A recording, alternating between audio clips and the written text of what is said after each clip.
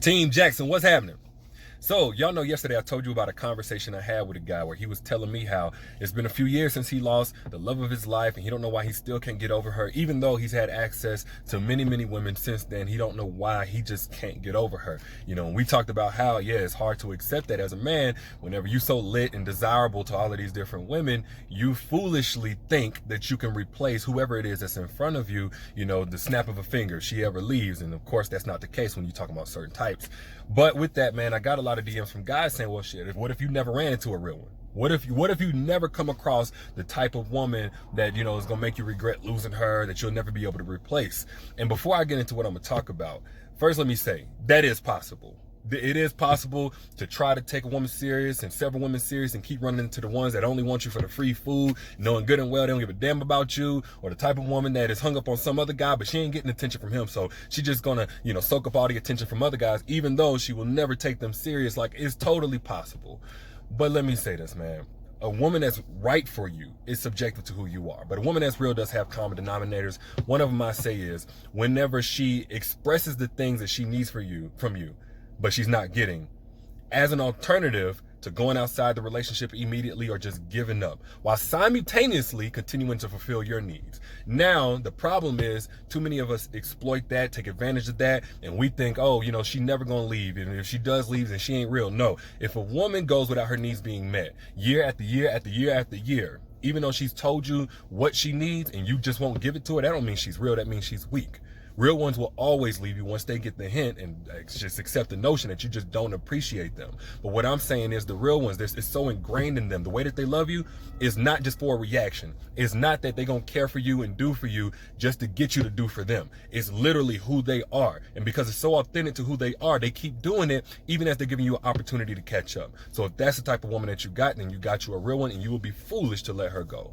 Now, another way I say that you know that you got you a real one is if you got one that's praying for you, even though you don't even pray for yourself. And I'm not here to force religion on nobody, but I do believe in the power of prayer. So whenever a woman understands the power of prayer, even though her guy may not yet be in that place in his spiritual life, and she's praying for him, that means that she cares more about, you know, than just his physical or his emotional life and his emotional well-being. She also cares about his spiritual well-being. If you got one that's praying for you, man, and you barely even pray for yourself, then you got you a real one as well. Another way I say you know that you got you a real one is if you are an exception to her rule. Like, there's things she's done for you that she hadn't done for any other guy. You know, there's the amount of time she's spent in a relationship beyond a certain point that she wouldn't do for any other guy. Again, there's an asterisk by this one, that if the rule that you're an exception to is actually something that's good for her, if you really care and love this woman, you shouldn't want to be an exception to this rule. So really, it's not so much about her being real as much as it is that she actually is down for you because you hold a special place in her heart. You know, so that's something you don't want to jeopardize or take for granted, because of course, like we just talked about in the beginning, you could just be another number just like these other chicks. You could just be just another fly on the wall, another person in the waiting room. But when you got somebody that puts you in a special place in their heart, like, that's something you don't want to take advantage of or lose. Now, lastly, I'll say this, man. You know you got your real one if she's not okay, if you're not okay. You know, you being, whether it be depressed, demoralized, discouraged, questioning yourself as a man, what it means to be a man, because a lot of us grew up without fathers.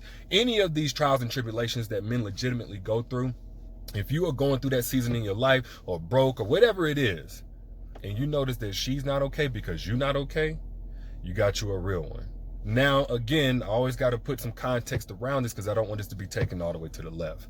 That don't mean you get a free pass to pull a woman down because you're in a bad space in your life, or you get to leverage this space in your life to do her wrong or mistreat her. Yes, a real one will eventually leave you. I'm talking about the type of woman that doesn't leave you at the first sign of trouble.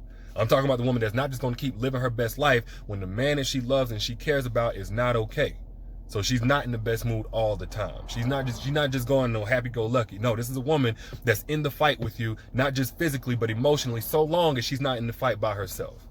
Like, everything that I'm talking about, man, is in the book, Don't Forget Your Crown. It's at the link in the caption. Get it 50% off now if you haven't yet, if you want to learn more about this.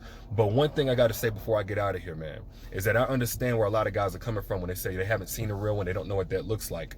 But we cannot keep leveraging our ignorance to what real looks like as an excuse for being fake to our woman, no matter who she is. At some point, it's got to start with us and who we are. But y'all let me know what you think down in the comments. And again, don't forget your crown is 50% off at the link in the caption. I'll let y'all later. Peace.